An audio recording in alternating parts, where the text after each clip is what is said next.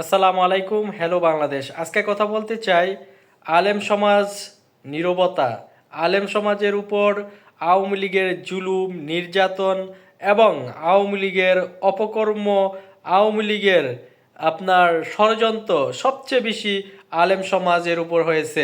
আলেম সমাজ নির্যাতিত হয়েছে। বর্তমান সময় আলেম সমাজ নীরব। আমরা দেখেছি শাপলা চত্বরের যেই ভয়াবহ তাণ্ডব আওয়ামী লীগের ভয়াবহতা, আলেম সমাজ অনেকভাবে নির্যাতিত হয়েছে, ক্ষতিগ্রস্ত হয়েছে। কিন্তু আলেম সমাজ এখন কথা বলতেছে কম এবং তারা কি করতেছে? তারা কি আবার নতুন করে এই বিপদের সম্মুখীন হচ্ছে? তাদের অধিকার কি প্রতিষ্ঠিত করবে না? এই বাংলাদেশে আলেম সমাজের প্রতি উদারত আহ্বান, আপনারা কি করতেছেন? আপনাদের অধিকার কি প্রতিষ্ঠিত করবেন না এই বাংলাদেশে? আপনাদের কি অধিকার নাই এই বাংলাদেশে? আপনারা কেন বঞ্চিত হবেন বারবার? আবার নতুন করে সরকার আসবে, আপনাদেরকে নিয়ে খেলা করবে এবং বর্তমান সময় বিএনপির নেতারা যে উস্কানিমূলক বক্তব্য দিতেছে এবং আপনারা সেগুলো অবজার্ভ করতেছেন, দেখতেছেন। কিন্তু আপনাদের তো উচিত একটা আপনাদের যেই নেতৃত্ব, সেই নেতৃত্বর মাধ্যমে ইসলামিক দলগুলো কিভাবে এই রাষ্ট্র ব্যবস্থা একটি জবাবদিহিতা এবং নিয়ম শৃঙ্খলা এবং বিচারহীনতা আওয়ামী লীগ যেভাবে চালু করে গেছে সেগুলা যেন প্রতিষ্ঠিত হয়। কিন্তু বাংলাদেশের আলেম সমাজ কি এই বিষয়গুলো কি গুরুত্ব দিতেছে? তাদের কাছে আমাদের প্রশ্ন। প্রিয় ভাইয়েরা, আপনারা দেখতেছেন হ্যালো বাংলাদেশ, আপনাদেরকে ওয়েলকাম। এবং আজকে কথা বলতে চাই আলেম সমাজদেরকে নিয়ে। আলেম সমাজ আওয়ামী লীগের দ্বারা নির্যাতিত হয়েছে, জুলুমের শিকার হয়েছে এবং আলেম সমাজের বিরুদ্ধে যে মিথ্যাচার করেছে মাওলানা মামুনুল হক এবং আপনার আল্লামা দেলোয়ার হোসেন সাইদি এবং আপনার আমির হামজা, কাজী ইব্রাহিম এবং আপনার রফিক মাদানি, আরও অনেক আলেম সমাজ নির্যাতিত হয়েছে এই আওয়ামী লীগের দ্বারা। এই আওয়ামী লীগের যে ভয়াবহতা আমরা দেখেছি। এত প্রিয় আলেম সমাজ, আপনারা কি করতেছেন? আপনাদের অধিকার কি প্রতিষ্ঠিত করবেন না? এবং আলেম সমাজের প্রতি আহ্বান, আপনাদের অধিকার প্রতিষ্ঠিত করুন। এখনই সময়, আর ঘুমিয়ে থাকবেন না।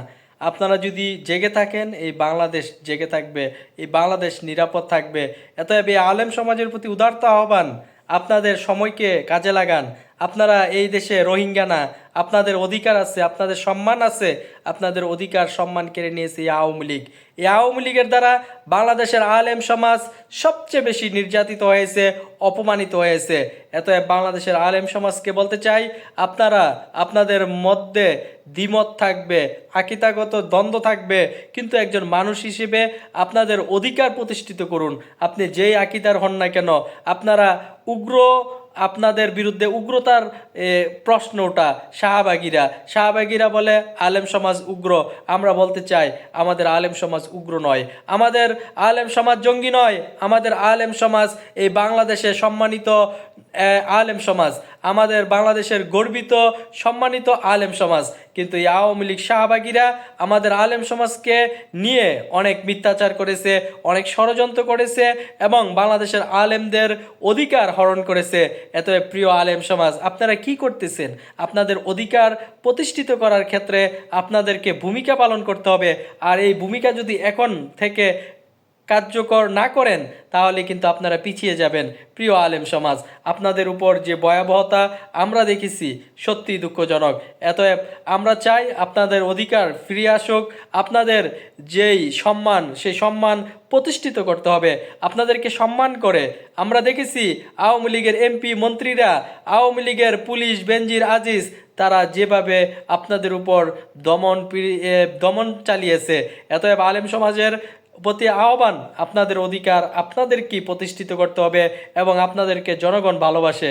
আপনারা ভালো ভালো কাজ করুন, জনগণের পাশে যান। আপনারা মসজিদ কেন্দ্রিক না থেকে জনগণের সেবা করুন। আপনারা ফান্ডিংয়ের ব্যবস্থা করুন। জনগণ যেমন আসুন্না ফাউন্ডেশন যেভাবে এগিয়ে যাচ্ছে, সত্যি চমৎকার। আসুন্না ফাউন্ডেশন এবং যেভাবে দৃষ্টান্ত সৃষ্টি করতেছে, বাংলাদেশের আলেম সমাজ যদি এরকম আরও বেশি বেশি কাজ করে জনগণের পাশে যা, তাহলে ইনশাল্লাহ এই বাংলাদেশ, গোটা বাংলাদেশই ইসলাম প্রিয় বাংলাদেশ শান্তির রূপ নিবে এবং সকল অপশক্তি পালিয়ে যাবে। অতএব আলেম সমাজের প্রতি আহ্বান, আপনারা আকীদাগত দ্বন্দ্ব ভুলে একটি সুন্দর বাংলাদেশ গড়ার জন্য আপনাদের যেই গ্রহণযোগ্যতা সেটা কাজে লাগান। সবাই ভালো থাকবেন। আল্লাহ হাফিজ।